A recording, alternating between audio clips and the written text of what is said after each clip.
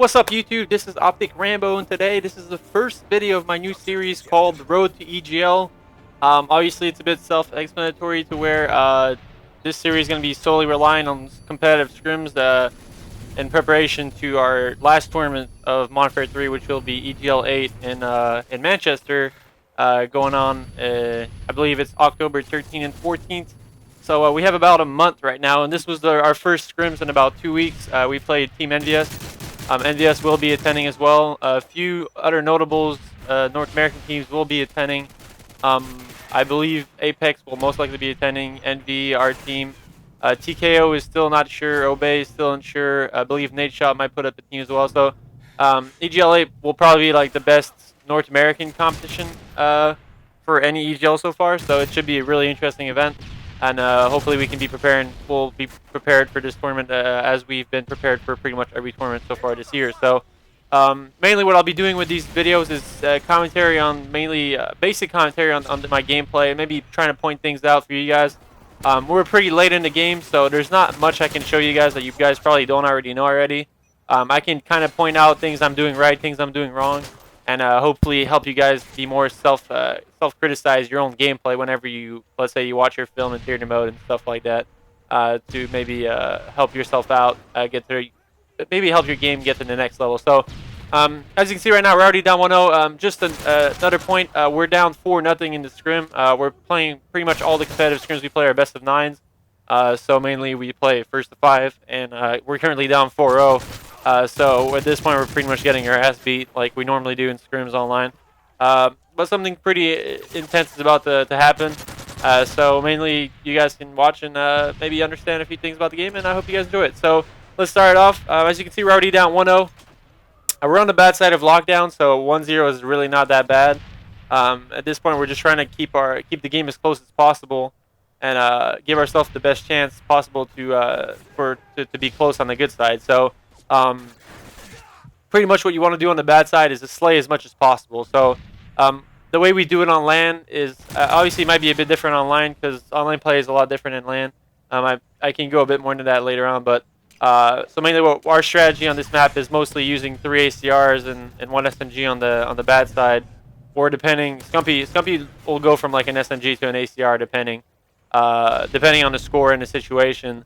But mainly what you want to do is you want to slay on this side. Mainly if you stay above in kills, you're giving the other team a hard time getting your flag, and this is pretty much like a defensive side. You'll most likely get 1 or 2 flag on the good side no matter what. And if you slay a good amount on the good side, like if the other team isn't defensive enough on their bad side, then you can capture more than 1 or 2, and that's when things get really bad for your opponent. So that's one thing you want to avoid on being on the bad side of lockdown, is really making sure that you're not giving yourself a bad position and you're not just overlapping and just sprinting towards their base. You just really want to take your time and take it slow and slay. I mean, it's not impossible to cap flag by any means, but you have to be in a good position to do it, or else you can get countered, and then if you get counted and your team's in a bad position, then bad things happen to you, and that's when things go bad, like I said. So right here, I pulled through backstairs. At this point, I'm just trying to waste time. They pulled our flag, and my entire team is alive at this point. I was kind of slow on that. I was hoping I could get away here, and I didn't. Shot me around the wall. Thankfully enough, our flag is still at our base, and it looks like they're going to be running it down the middle. This is a really risky play on their part since they didn't kill our entire team. At this point, they're kind of giving themselves a chance of getting countered.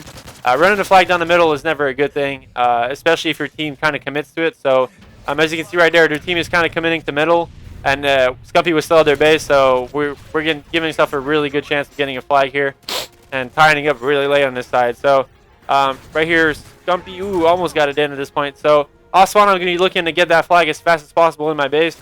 Since we did kill 1 or 2 guys off that whole entire session or movement here.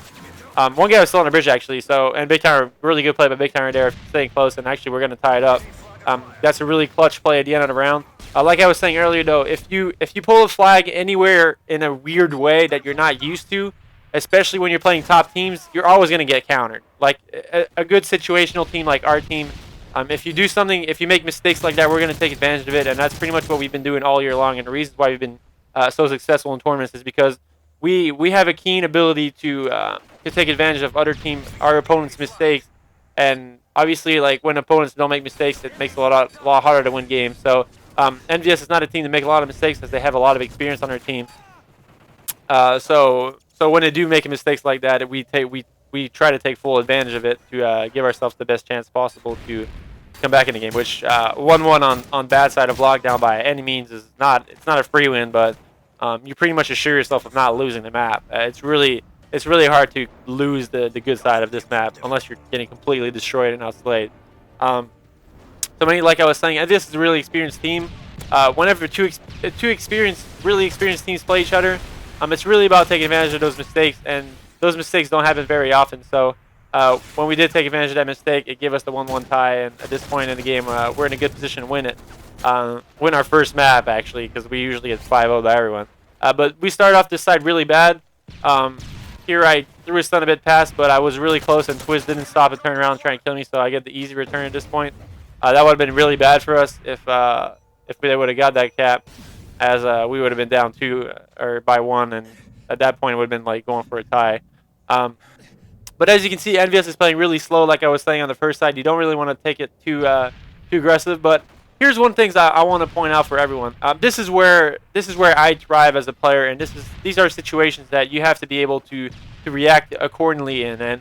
And that's one thing. Like when you sneak, when you get by your opponents, you have to take advantage of it. So as you can see right there, I'm putting myself in a prime position to get something done at their base. I'm waiting for my team to get kills. They got 2 kills, so I'm gonna get the spawn kill. That's 3 dead. That's 2 dead, and now that's 3 dead. So at this point, I'm giving my team a chance to push up the map and get complete control of the map by simply sneaking by and not trying to pull the flag. You never want to do that. That's one thing that people think that's a good thing to do, and is pulling the flag when you sneak by. Like I see a lot of top players seem to believe that's a good thing.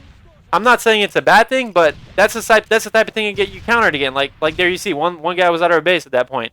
So at this point I was front arc. He thinks for sure I'm an arc, so he's gonna go through middle. I read that play really well at that point, and I got the clutch return again for my team. One of the things that if you play good, like if I would have played an amateur team, they might have that was a kind of play call. That was something I preemptively decided that he was gonna do because he knew I was an arc. His teammate called out I was an arc. If his teammate wouldn't have called out I was an arc, or he wouldn't have reacted to it, then he would probably have ran the flag straight in, and that would have been something bad at that point. So this is only the type of play that like where smarts actually matter. When if you can outsmart your opponents like that, then you're gonna get something done.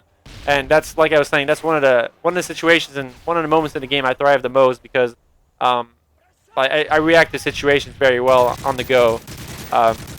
So at this point we have 2 minutes 30 seconds. We pretty much return 2 flags that they could have capped, and we get 3 down. Here we have another chance of making good plays happen. At this point I should be watching overextend. My entire team is being aggressive on their base, so I shouldn't be trying to push up. One thing that I feel like we have to work on a lot is, especially our ACR players, obviously it's harder for Big Timer and especially Big Timer because he has the connection problems and stuff because he lives in Arkansas and his connection blows. But in general, I feel like the problem with our team is we can't set up online. We set up very well on land because it's not as, let's say, I'm looking for the word.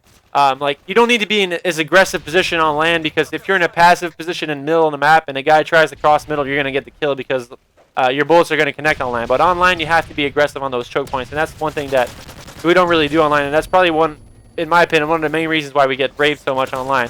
But here again, we had a chance. Right now, it's a 1-on-1 situation, me and Proofy. And at that point, I thought that was a body on the right, but it was the body on the left. So I get killed, and we're all on spawn again. So it's still a tie game. We have 1:30.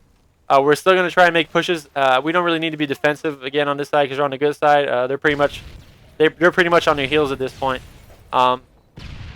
And like you see me always, I'm pretty much always pushing through pillars, getting an arc. That's the play. Those are the plays you want to make as an SMG player. And get yourself in position to get a flag out, is you have to be aggressive through arc.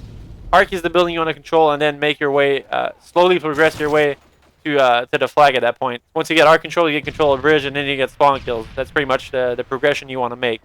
So at this point, they pulled our flag. That was probably not a good play on their part. Again, Twiz, like I was saying earlier, if you do sneak behind the other team and you don't get kills, then bad things happen. And at this point, we get 3 dead, last guy's flag guy, and we get a counter, and then we get a pull, and that's the end of them. That's pretty much the end of it for them. Those are always risky plays. They can. I'm not saying by any means they're not good plays. They can actually work out for you if your team gets the kills, but you're pretty much tossing the coin. And at that point, they were on bad side, and there was 30 seconds left. They were up 4-0, so they were probably a bit overzealous on it and thinking it could end the game. But we made good plays as a team right there, and we were able to get the flag and evidently get the win at that point since we're up 1-0 and a 1-0 on this side. We're tied 1-1 on the first side. So that's going to be it for this map. I'm going to be uploading the rest of the maps probably 2 by day. So I hope you guys enjoyed the series. Like I was saying, this is pretty much this is going to be pretty much a basic commentary series for our road to EGLs. Pretty much scrim gameplay. Obviously I stream my scrims every day, so this was streamed yesterday. If you watched my stream, then you probably saw this game. And if you haven't, I strongly encourage you to come watch my stream. It's Twitch TV/Rambo, and follow me on Twitter at OpticRamboRay, all in one word. Hope you guys enjoyed the commentary. Have a good day, guys.